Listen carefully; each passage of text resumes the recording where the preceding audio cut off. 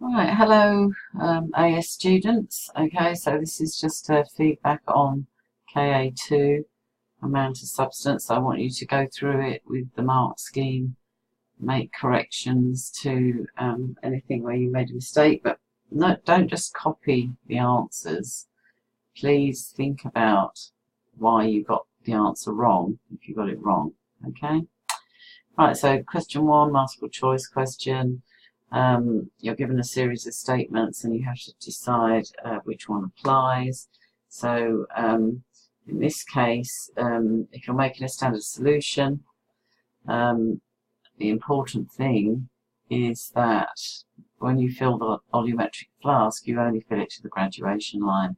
The other two factors wouldn't make any difference to your titer. Okay, the main thing about statement 1 is that your solution would be more dilute than it should be, so you would need more of it, which would mean that your titer was bigger. Question 2, okay, you need to do a quick calculation really to work out which one of these statements is correct, and if you work out the number of moles, which if you work out the concentration of the barium, which is kind of obvious from the beginning of the question, that's where you should start. Do that one, it works out 0.02, and then you would know that was the right answer. The thing about multiple choice questions is trying to have some kind of strategy. If you can't see the answer straight away, don't waste time on them, because you only get 1 mark. You don't get any mark for working out. So in the end, if you can't do it quickly, just move on and come back to them at the end of the test or the exam. This one pretty straightforward. If you rearrange the ideal gas equation for what's being asked for, amount in moles, then quickly you can see like RT is on the bottom, and here we see RT, so that means your answer is D. Percentage by mass, so a little bit of working out here, but pretty straightforward calculation. But you need your MR of the whole substance, and then obviously the MR of the AR, I should say, atomic relative atomic mass of oxygen, times 10, because there's 10 of them, and then the straightforward percentage calculation. Okay, go for the, you go for the most obvious one. Is 72 works out at 72% if you just round up, but it can't be any of the others then. Okay, and then this one, writing an equation. Use the information in the question. You're given the formula for your aluminium sulfide, and it forms aluminium hydroxide, but this is where your knowledge of ion charges comes in, because aluminium forms 3+, so you're going to need 3 OH minuses. If you got that formula wrong, then there's no way you can get this equation right, given the formula for hydrogen sulfide. So then, if you've got that formula right, it's easy to balance. Okay, so this one, common questions now, being asked to quickly sketch apparatus for a particular type of experiment. And this is one that you've actually done, so it shouldn't have been too difficult. The crucial thing is that when it says draw a label diagram of the apparatus, it's labelled for a start. You must label it, and you can't. It's not just the separate pieces of apparatus, which some of you did. You need to show it as it would be when you did the experiment. And the crucial thing is, if you're collecting gas, if you're trying to show collection of gas, then it has to be a closed system. So you need to make sure you've got a bung here, you've got a delivery tube that goes to whatever your measuring instrument is. Now in this case I've drawn the measuring cylinder because that's what you did, but you could have just as easily have drawn a gas syringe attached to the delivery tube, but some way of measuring the gas. And then I've labelled it obviously conical flask and measuring cylinder. If you want to measure label the delivery tube as well, that's fine. The important thing is it must show that the gas will, is closed in by the bung, can go down the delivery tube and be collected here. Obviously underwater, you need to show the water. Okay, and we will look at, just drawing different apparatus over time.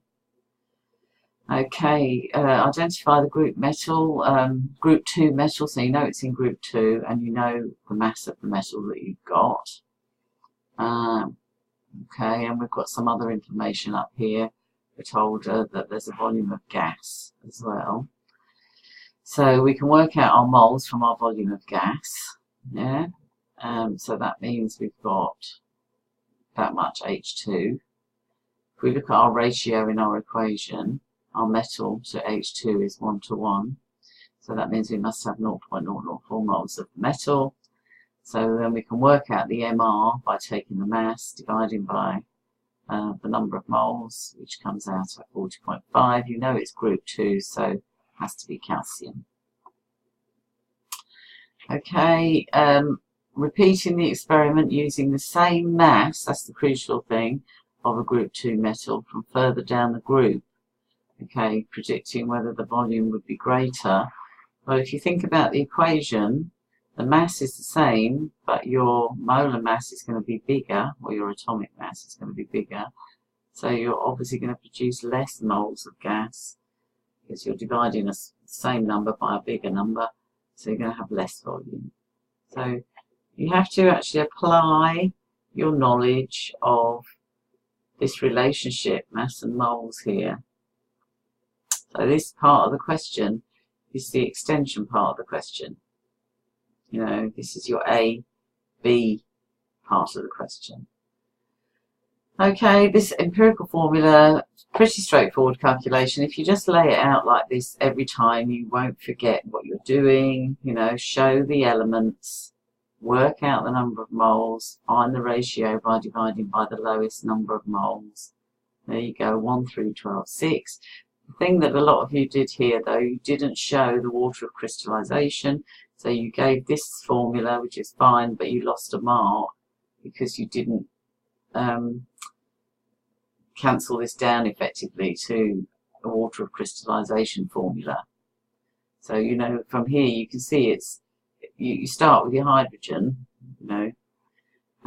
divide by 2, and that tells you how much water you've got. Okay, question 8. So you're given a chemical here, told that it's highly flammable, etc., etc. But in the end, they just want you to find the identity of the gas from the information you're given. So you're given a mass, you're given a volume, pressure, and temperature. So ideal gas equation, rearrange it for moles so that you can work out the MR, so that you're unable to identify the gas. So if you rearrange this properly, then you've got a mark for that. You work out the number of moles, take your mass, divide it by number of moles, comes up with the MR of 36.5. Now, a number of you put chlorine, but chlorine is 35.5. So you just needed one more, didn't you? What has atomic mass of relative atomic mass of 1? It's hydrogen. Okay, so HCl. Okay, right, so you're given some information about nitrogen oxides here. In the end, you're asked to calculate the gas pressure, and you're given some information to enable you to do that. Okay, you're told temperature, so which you're going to need to convert. So as with always with the ideal gas equation, you have to rearrange it for the quantity you want, and then you have to make sure that you've got the right units, very important. And the most important thing here is you have to give your answer in standard form to 3 significant figures. So if you didn't do that, you obviously lost that mark. So yes, the answer comes out to this when you do this calculation, yeah? But you have to convert that to standard form and give it 3 significant figures. But it's not a difficult calculation once you've got your units right. Okay, magnesium nitrate is decomposing, right. So this one, a little bit more complicated because it's asking you to calculate the total volume of gas, which is easy to miss in a question.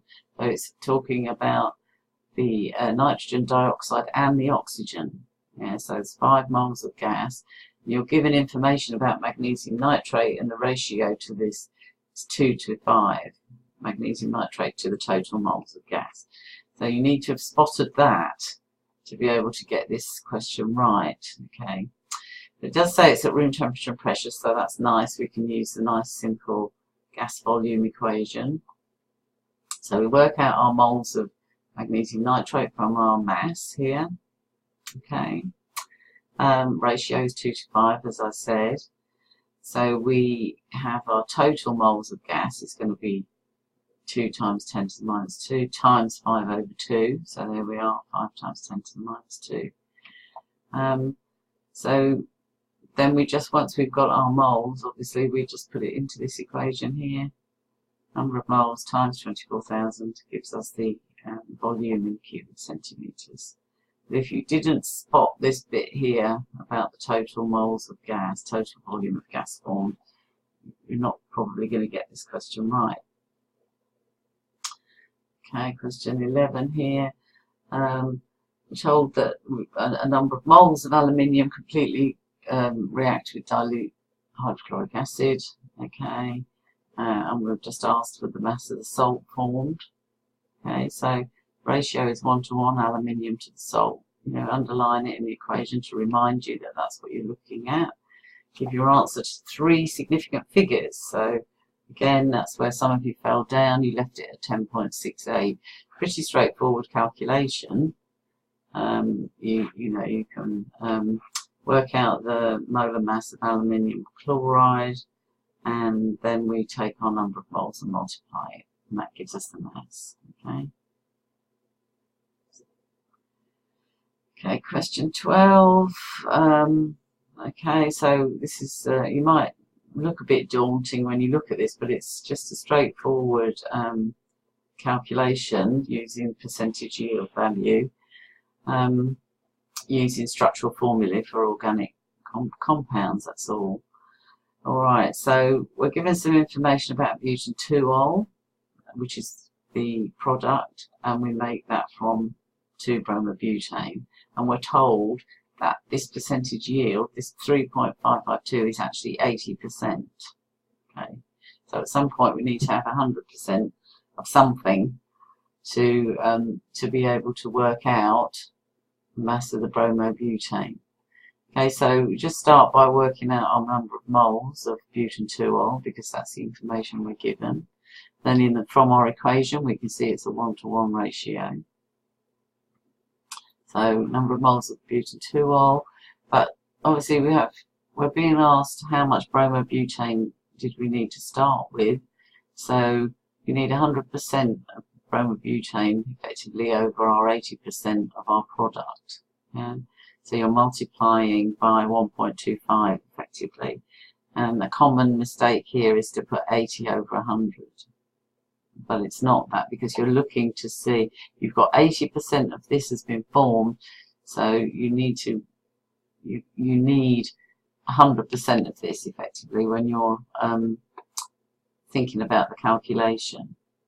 Okay, so 100 over 80 times our number of moles gives us 0.06 moles of our 2-bromobutane, this substance. Okay, that's how many moles we need.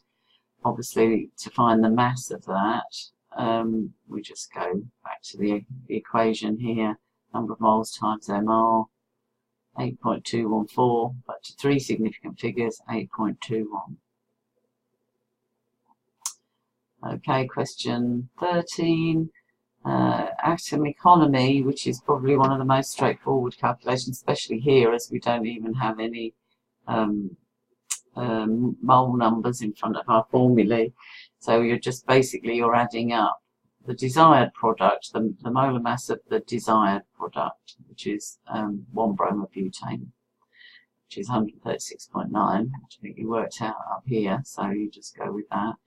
And then you have to add up the molar mass of all of the products. In this case, adds up to 291 times 100 gives us 47%. Okay, but don't forget, if there had been like 2 moles of this, we would use that number 2 to multiply our molar mass. But in this case, they're all 1 mole. Okay, so we're asked to calculate percentage yield then if we've got, we're told how much butanol reacts with excess of sulfuric acid, so you know all of that is going to react, and potassium bromide, so they're in excess, and after purification, that's how much 1 bromobutane is collected. So you're just basically working out your moles of each. Got 2 masses there. It's a really straightforward question. And then find the percentage yield, divide the moles of your product over your starting material and times it by 100. Okay, again another pretty straightforward empirical formula calculation. Again, lay it out, work out your moles, work out your ratio, and then write the formula. Nothing difficult there. Okay, and this, okay, so this was the sheet, the extra sheet that I gave you, and you were supposed to read the burette reading here, so that you have that value to use in the calculation in the last question. So you have to be careful. 22.8 is your final titer, yeah. But don't forget, you always record titration values to 2 decimal places. So your final titer 22.8, your initial titer 0.6, quick subtraction tells you what your total volume was, 22.20 cubic centimetres of hydrochloric acid. And we're going to use that in this question here, which asks us to calculate the amount in moles of our metal carbonate. Okay, and you should have identified that this metal carbonate is a group 1 metal because our CO3 is -2 and we've got 2 of them, so that should kind of be one of your first thoughts. So amount in moles, obviously we just have to use the information and the ratio in the equation. So we've got information on hydrochloric acid, we have a volume from our burette, we have a concentration from the question, so that tells us how many moles of hydrochloric acid we used. The ratio is 1 to 2, so we're going to divide it by 2 to find the moles of the metal. But don't forget, this is the metal carbonate rather. Don't forget, this is in 25 cubic centimetres. Common mistake, and we talked about this yesterday. All right, so that's in your 25 cubic centimetres, but that's what you're asked for here. Okay, used. It says used in the titration, and then we're asked, obviously, to try and identify the metal. Highlighting here that it is a group 1 metal from the formula. Okay, we work out the mass, obviously, so we have to do a subtraction of the weighing bottle plus the carbonate minus the weighing bottle gives us the mass of the actual metal carbonate. We know how many moles there were in 25 cubic centimetres, so we need to multiply that up to the original 250 cubic centimetres, excuse me, which changes this from 10 to the -3 to 10 to the -2. Okay, and then we can find our MR. Whoops, I've missed off the 2 there, sorry. It should be 1.11 times 10 to the -2, yeah. Which tells us the molar mass is 142.3. So if we have to then, of course, take off the carbonate bit to find the metal, and there are 2 metals in our formula, so we're going to need to divide it by 2. So your 142.3 is the molar mass of the total compound, minus 60, which is the molar mass of CO3, divided by 2 because there are 2 metals, and it comes out to 41.15. Now you know it can't be calcium because we've already established it's a group 1 metal. So this is, you know, allowing for experimental error. The nearest value that it could be is potassium. So don't be put off by the fact that it's not an exact value. I think potassium is 39 point something, but it doesn't. 41.15 doesn't represent anything that any of the other metals in group 1. none of them are anywhere near close, 41.15. Okay, so that's the end of the paper. There's just one final question that I wanted to ask you, and that is, what is orange and sounds like a parrot? Okay, I'll speak to you tomorrow, I expect. Bye for now.